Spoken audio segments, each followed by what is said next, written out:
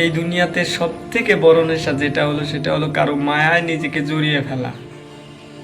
কারণ ড্রাগস নেওয়া থেকে আরম্ভ করে দুনিয়াতে যত নেশা আছে সব নেশাকেই আপনি ছাড়তে পারবেন, আপনি ভুলতে পারবেন।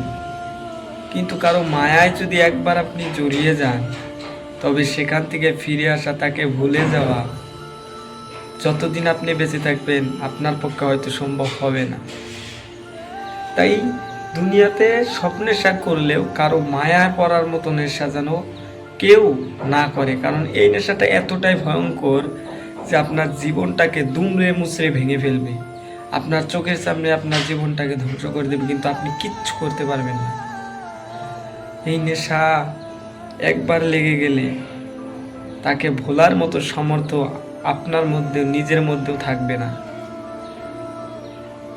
কারো প্রতি মায়ায় পড়ে যাওয়ার পর সে যদি হাজারও আপনার প্রতি অন্যায় করে, তথাপিও আপনি তাকে ভুলতে পারবেন না। যতই ভুলতে চাইবেন ততই তাকে মনে পড়বে।